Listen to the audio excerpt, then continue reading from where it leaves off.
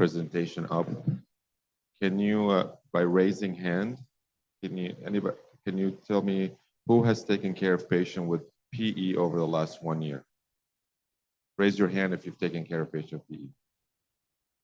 Okay, should be higher than that. Okay, raise your hand if you had a patient who died from PE the last year.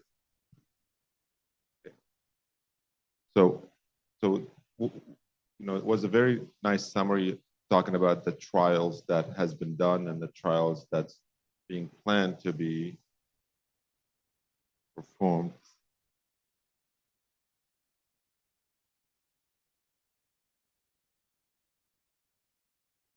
So while we're waiting.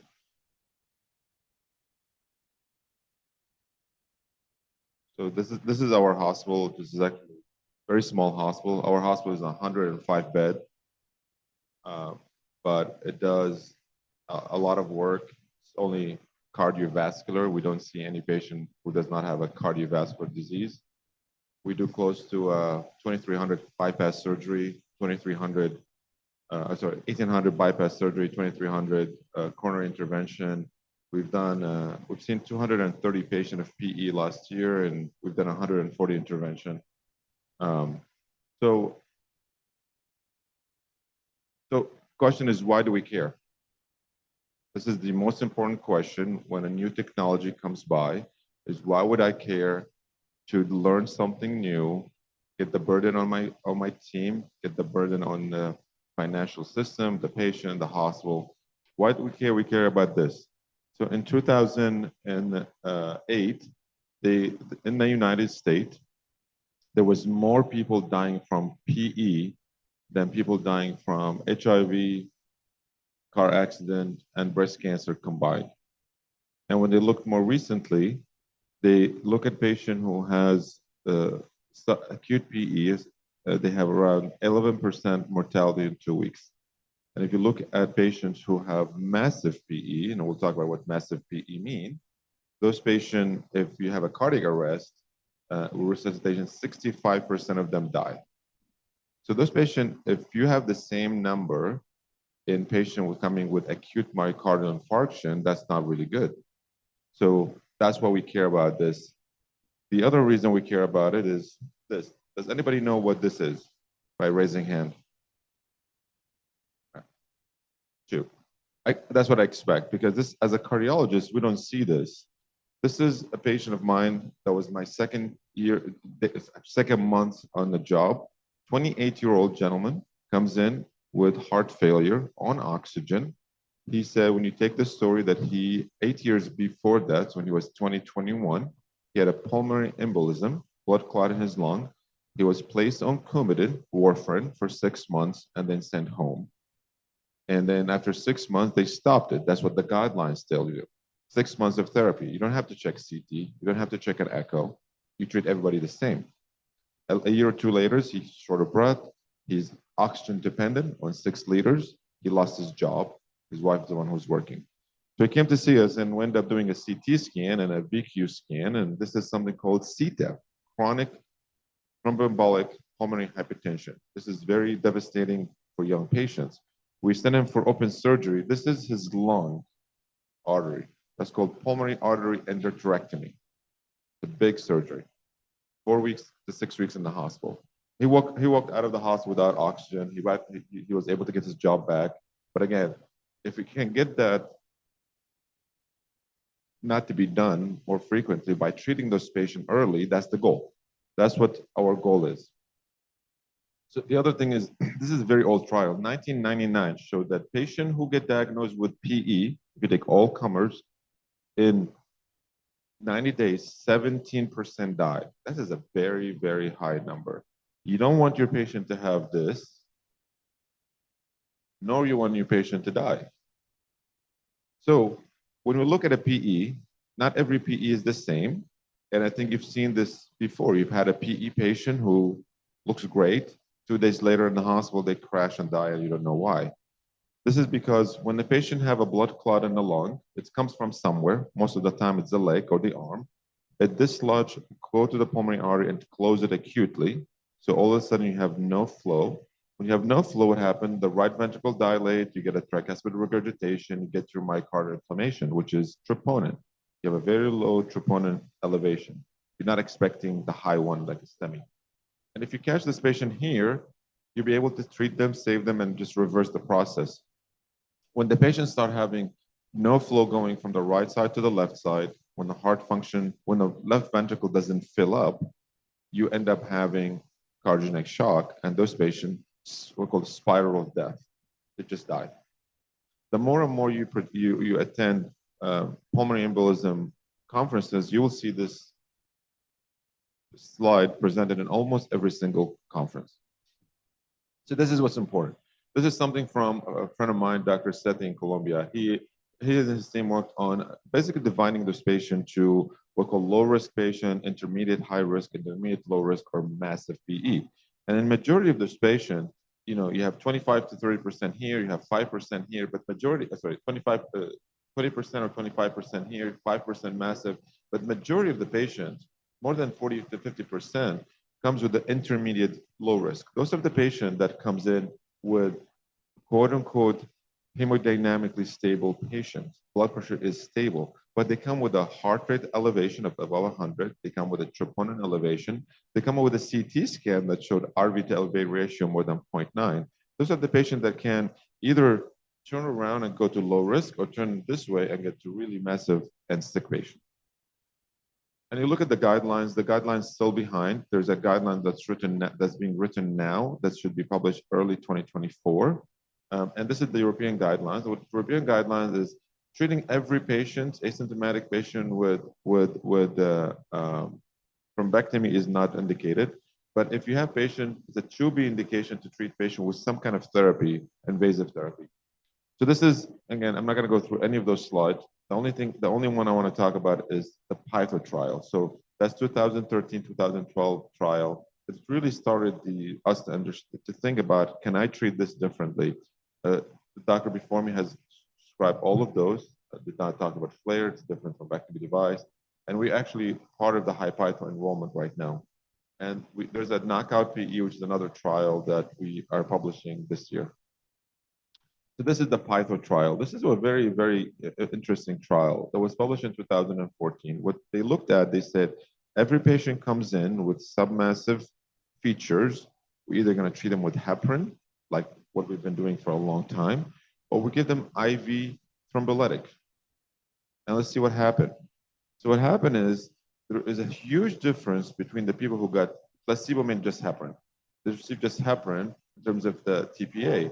So almost 3 times the number of patients end up having hemodynamic compromise. So those patients are not stable. They are sick. But the problem is way more bleeding. But what that told us is that what we're treating those patients with heparin alone is not enough. So what option do we have? Let's talk about flash. I think we're here to talk about flash. There's other technology. There's almost 9 different companies right now trying to come up with a thrombectomy device. 9 different companies. All of them are now in trials. The only 2 available in the country are 2 of them. So we'll talk about flash at this point. And I'm not going to compare 2 thrombectomy devices because each one of them has its own unique features and usage. But for flash, so this is what flash is. See, the tip is different than CAT-RX, but it's also 16 French instead of the 6 French. I was corrected by the engineers. I used to call it AI based. It's not AI. I wish it is AI. It is computer based. What a computer tells you, are you in a free flow or are you in a clot? So it's 8.4 more powerful than the 24. Again, manual versus continuous mechanical, and softer. The Inari device is a 24 French. I've used it in a lot of cases. I've used flash as well, and I think each has its own unique features. So what the flash provide you is different curves. Those are secondary catheters that you can put inside. Those are 5 French, 125 centimeter. And even the catheter has either a single curve or double curve. This is just an example to show you, patient taking a picture, wire, you have no flow here, and now you have a flow with the blush. This is the clot you get. This is gonna make noises. I'm not sure how loud it is, but this is just show you the different light and the different computer. The solid green is based. Oh, good. It doesn't make a noise. Good, but it has a clicking noise to it. Can you put a noise on? Can you put the volume up? So the green, it means it's sampling to see if you are in a flow, if you are in a free flow or you are in a clot. And then the solid yellow means, hey, you are in a clot or you're against the wall. And solid yellow, but then you have this continuous noise. Oh, we're gonna hear it, but continuous noise, which is called the flash mode, which is like instead of a tick, tick, tick, it's gonna go back to back. Tick, tick, tick, tick, tick, tick. That means it is detecting the clot and it is activated.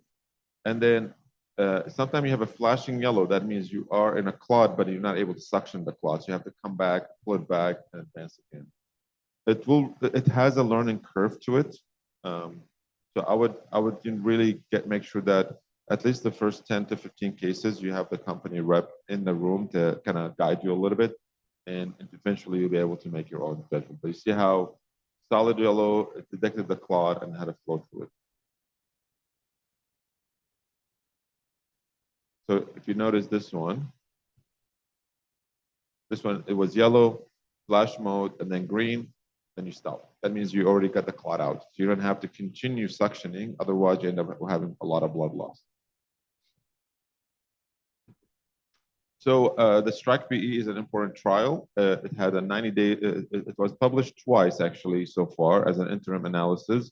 They had the 30 days and the 60 and the 90 days analysis. And the recent one was in TCT.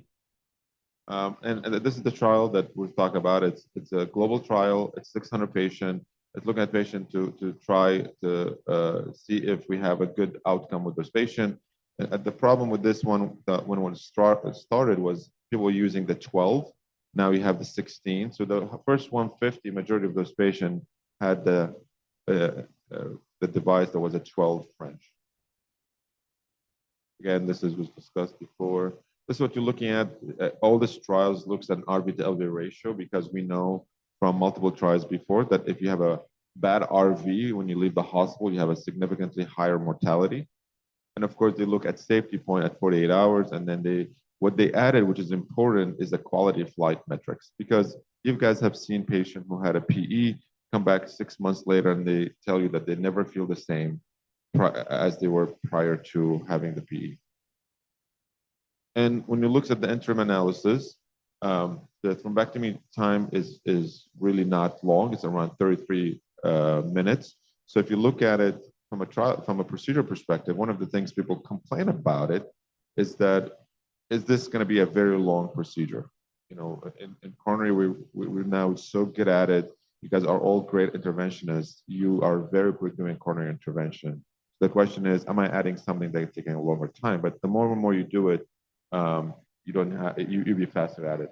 No ICU stay in 38% of the patient. RV-LV ratio has showed significant improvement, with a baseline being 1.33 to 0.98. Major complication is 2.7%. Device-related serious adverse effect is 1.3. Recurrent PE is 2. This is the PA pressure. This is something I would recommend if you're going to start a PE program.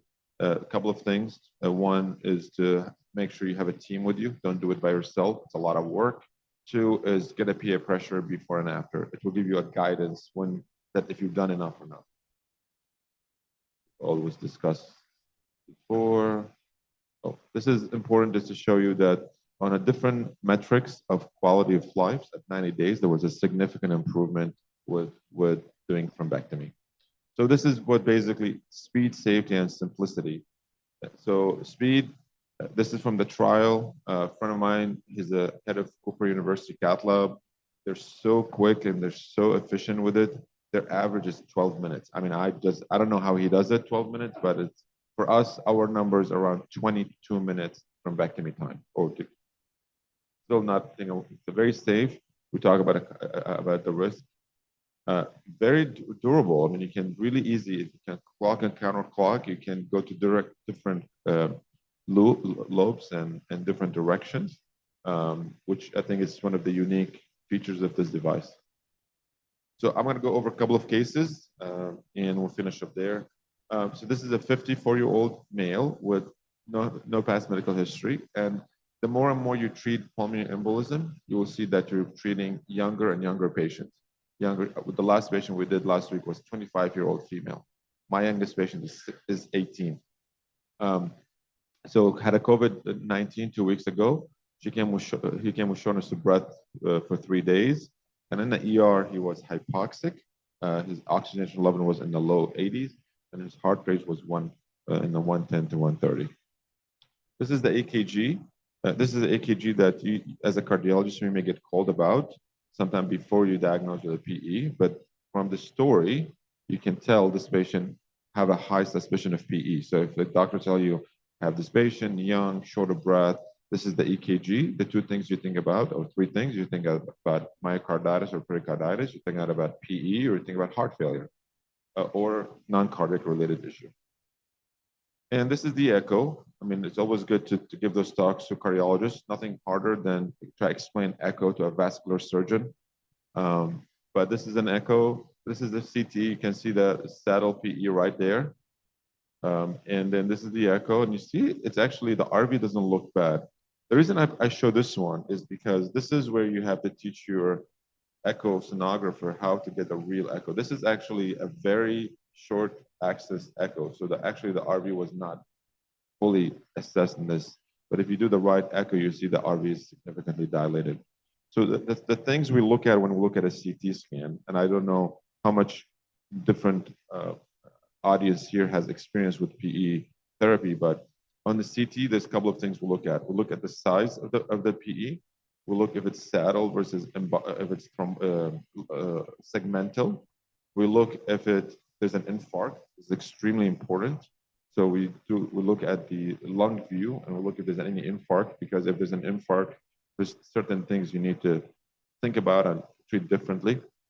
And on the echo, of course, RV-LV ratio is so I know you do the RV to LV ratio on the CT as well. And on the echo, you look at RV-LV ratio. The second thing you look for is LV function, because this is the question that comes up a lot when I give talks in the United States is when should you use ECMO on those patients? And the last thing is something called clot in transit.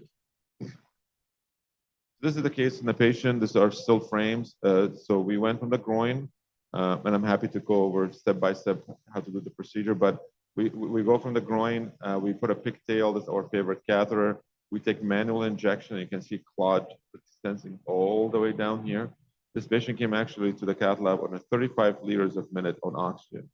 And when we get the pressure, initially was 27, mean PA pressure 27, so not super bad. And then this is post-thrombectomy. See, almost all the clot are out, and you have a nice flush in the lung. And this is the left side. You see the clot, right? The white part there, that's a clot. I call it the ghost sign.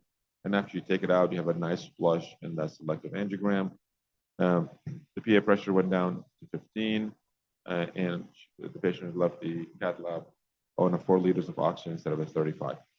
When you look at the thrombectomy, a couple of things to recognize is one, there's dark red clot. Those are acute clot that happen over the last few days. And then you have this white clot that happened over the last 7 to 14 days or longer. And those patients usually don't come in right away. They have a leg discomfort, they ignore it, it gets swollen, it's get discomfort, they ignore it again. I don't want to go to the hospital, get short of breath for a day or two, and then they come to the hospital. It's very rare to see someone with a leg discomfort, shortness of breath, and come within 24 hours. So it's not uncommon to see a lot of this chronic clot buildup there. And it depends on the device you use, Flash 8, Flash 12, or Flash 16, or other thrombectomy devices, the 24, the clot will look different. The way with this device works, it's continuous suction. So it will dry the clot, become smaller and smaller and smaller. So you may see a picture of, for example, Inari thrombectomy with a bigger clot, This clot still have a lot of saline in it. It's the same exact clot. When you dry it out, keep it on the side for a while, it will shrink down and become smaller. It's the same clot you're taking in a different modality, but it looked different because here it's continuous suction, pulling all the fluid out of it. Case 2 is a little bit more challenging. It's a 77-year-old female, and coronary artery disease. She had a heart failure, and her ejection fraction recovered with medical therapy. She has all the other risk factors, and she came in with shortness of breath for 6 days. The first thing they thought about it is heart failure again. Her PESIS score and simple PESIS score, and those are scored to tell you how high or intermediate risk those cases are, and you can get them. There's apps for them for free. They were in the intermediate to high risk. Her, again, blood pressure is stable, heart rate is a little bit up, respiratory rate is a little bit up, statin a little bit low on room air, and 94.2 liters. What's going to happen is the ER doc is going to call you and say, I have someone, I expect PE, they're stable. That's the statement they're going to say over and over. This is not a stable patient. That's relatively stable patient. But this patient can get really sick. Troponin is elevated, BNP is normal, and venous ultrasound showed a DVT. This is the echo. It's not as impressive. This is the CT, and it's not as impressive as the other CT. You don't see saddle PE. What do you see? You see clot, occlusive clot here on the right upper. You see something here in the middle, and you see something on the left. So not really terrible. So the physician, this is the echo. That's where this is really bad echo. That's the RV to LV ratio is 1.2. This is McConnell sign. That's RVSP is super high on echo. This patient is sicker than what they look. So day one, the team was on service. One of my partners were on service. He said, well, you know what? It's a small clot burden. Let's just treat patient with heparin and see how they do. Let's not get her through intervention. I'm hoping heparin will just do fine. And day two, we said, let's go walk the patient. Now she's 24 hours on heparin, and she dropped her oxygen dropped her O2 sat on oxygen to 84%. This patient is really not fine. This patient is sicker than what they look. So we decided, let's go ahead and proceed with mechanical thrombectomy. This is step-by-step how we do it. Again, this is just not a mandation. This is just a recommendation. You can do it a different way. We do ultrasound-guided right common femoral vein access. You can use the left. You can use the IJ. Stiff wire, we advance it to the SVC, and we advance 16 by 33 gore sheet. The other option will be 16 by 65. You can do 18. You can do the cook. Doesn't really matter, 16 or 18. We always like to cross the tricuspid valve with a pigtail or a J-tip wire catheter, or pigtail or the balloon wedge catheter. And we use the soft wire called a baby J to cross the tricuspid to the pulmonic artery. And then we switch with a stiff wire, supracore or Amplats, whatever your preference is. And then we advance the penumbra catheter, and then we check PA pressure first. In this patient, mean PA pressure was 33, so that's moderate, severe pulmonary hypertension. And what we did, we went to the left upper first because that's where the wire went. And majority of the time, when you go from the right groin, the wire will go to the left side. And now we start doing recently is we try to go to the right side first because it's harder to get to, and then you pull the catheter and it will go to the left side. And then the interesting part is, and that's something that it took us a while to learn, is in the penumbra flash 16, we take the wire out when we suction, which is different than what we learn as a cardiologist. Never lose the wire. It's actually when you take the wire out, you have more ability to maneuver the catheter and have better suction. So we went into the left side, we took the clot out, not much, and went to the right side. So when we went to the right side, this is the left, this is the right side. Again, the PA pressure has not changed. So mean PA pressure is still high. And if you look at it, there's a clot sitting here, and there's a clot sitting right in that right upper lobe that's occlusive. So we took this clot out first, and we took it out. PA pressure maybe went down a little bit. So this is when you took it out, you have a nice flow there, nice flush. Not much. So the only clot that we have not taken out and the mean PA pressure is still up is this occlusive clot in the right upper. We went in and we took it out, and you see the mean PA pressure dropped right away, back to normal. And this is the clot we took. All kind of acute. There's maybe a little bit of a chronic here. Very small clot. So the reason I present this case is just saying the clot size doesn't matter. I think that's incorrect. As you guys know, we treat patients, we don't treat clot. So if a patient looks sick, doesn't matter how small the clot is, maybe that's something you need to go in and do it. We do that in the coronary all the time. Sometimes patient comes in with the OM2 lesion that you say, let's treat with medication, but the patient continues to have chest pain. You come back and fix it, even if you have to put a 2.5 stent. The same thing here. So just having a saddle PE doesn't mean you have to treat it. Just having an segmental PE, that doesn't mean you should not treat it. So I would recommend just make sure you have your steam and just make sure you have a plan. And I really recommend over and over, get a PA pressure, make a huge difference. That's it. Thank you.